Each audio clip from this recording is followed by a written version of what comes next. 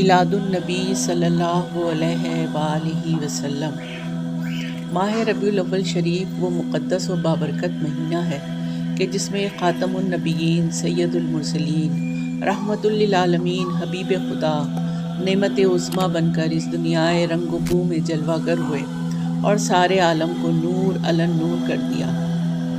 فضا مہکی، سحر چمکی، بہاروں پر بہار آئی، رخ و شمس نے کی جس گھڑی جلوہ گری اپنی، افق روشن ہوئے ارض و سما انوار سے چمکے، عرب کے چاند نے پھیلائی جس دم روشنی اپنی۔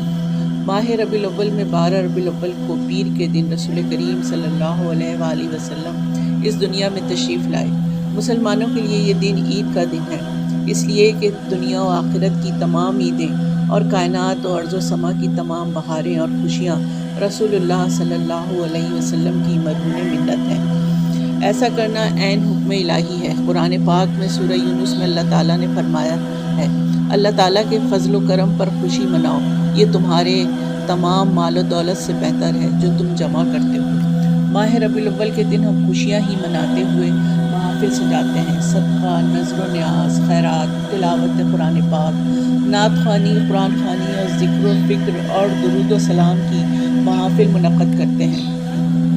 ہم اپنی مساجد، گھروں، عمارتوں، گلیوں، محلوں اور شاہراہوں کی آرائش و زیبائش کرتے ہیں۔ چراغوں اور برقی روشنیوں کی بکثرت سجاوٹ صرف رسول اللہ صلی اللہ علیہ وسلم کی پیدائش کی خوشی میں کرتے ہیں۔ جشن عید میلاد النبی صلی اللہ علیہ وسلم کی خوشی منانا ہماری عقیدت و محبت کی معراج ہے۔ یہ صرف ہم ہی نہیں منا رہے بلکہ خود خالق حقیقی مالک ارض و سما نے بھی رسول اللہ صلی اللہ علیہ وسلم کی پیدائش کے وقت منایا۔ آپ کی پیدائش کے وقت چاند ستاروں نے چراغاں کیا، کائنات کو خوشبوؤں سے معطر کیا، مشرق و مغرب میں خانہ اور خانہ کعبہ کی چھت پر پرچموں کو لہرایا گیا اور فرشتوں کو استقبال پر مامور فرمایا۔ میلاد کی خوشی میں سوکھی فصلوں اور کھیتوں کو سرسبز کر دیا، قحط اور خوش سالی کو ہریالی میں بدل دیا۔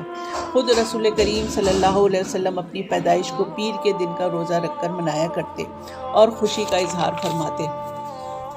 صحابہ نے مدینہ منورہ میں رسول اللہ صلی اللہ علیہ وسلم کی آمد کو منایا، جلوس کی شکل میں استقبال کیا۔ بچیوں نے گھروں کی چھت پر چڑھ کر دف بجایا اور طلع البدر علینا من ثنیات الوداع کا ترانہ گا کر خوشی کا اظہار کیا۔ حضرت حسان بن ثابت رضی اللہ عنہ نے حضور صلی اللہ علیہ وسلم کے حکم کی بجاوری کرتے ہوئے ممبر رسول پر بیٹھ کر نعت رسول کریم صلی اللہ علیہ وسلم پیش کی۔ علامہ ابن جوزی رحمۃ اللہ علیہ لکھتے ہیں، جو شخص حضور صلی اللہ علیہ وسلم کی میلاد کی وجہ سے خوش ہوا تو اللہ تعالیٰ اس میلاد منانے کی وجہ سے جہنم کی آگ سے محفوظ رکھے گا، اور جس نے میلاد کی خوشی میں 1 درہم بھی خرچ کیا تو رسول پاک اس کے بدلے میں اس کی شفاعت فرمائیں گے۔ رسول اللہ صلی اللہ علیہ وسلم کی حدیث مبارکہ ہے، لا یؤمن حتی اکون احب الیہ من ولدہ ووالدہ والناس اجمعین۔ تم میں سے کسی کا ایمان مکمل نہیں ہو سکتا جب تک وہ سب سے بڑھ کر مجھ سے محبت نہ کرے، اپنی اولاد سے، والدین سے اور تمام لوگوں سے۔ معلوم ہوا کہ رسول اللہ صلی اللہ علیہ وسلم کی محبت میں میلاد منانا اور خوش ہونا ہر مسلمان کے لیے ایمان کے مکمل ہونے کے لیے ضروری ہے، لیکن اس کے ساتھ ہم کو اپنا احتساب بھی کرنا ہوگا۔ ہم اپنے ایمان کا جائزہ لیں کہ ہم کہاں تک محبت رسول، غلامی رسول اور اتباع رسول کا حق ادا کر رہے ہیں۔ رسول اللہ صلی اللہ علیہ وسلم کی محافل سجانے کے ساتھ ساتھ ان کی تعلیمات و احکامات کو عام کرنا، آپ کی سنت پر عمل کرنا ہی محبت رسول اللہ صلی اللہ علیہ وسلم ہے۔ حقوق اللہ، حقوق العباد اور امر بالمعروف و نہی عن المنکر کی تعلیم ہمیں ہمارے رسول اللہ صلی اللہ نے دی۔ ہمیں ہمارے رسول اللہ صلی اللہ علیہ وسلم نے یہ تعلیم دی، اس تعلیم کا عام کرنا ہی ہماری اصل محبت اور ذمہ داری ہے۔ اللہ ہم کو سچی